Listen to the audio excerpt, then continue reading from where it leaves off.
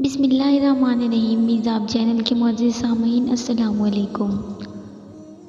دوستو، میرے ناول ہم سفر کے سیزن 6 میں آپ کو خوش آمدید۔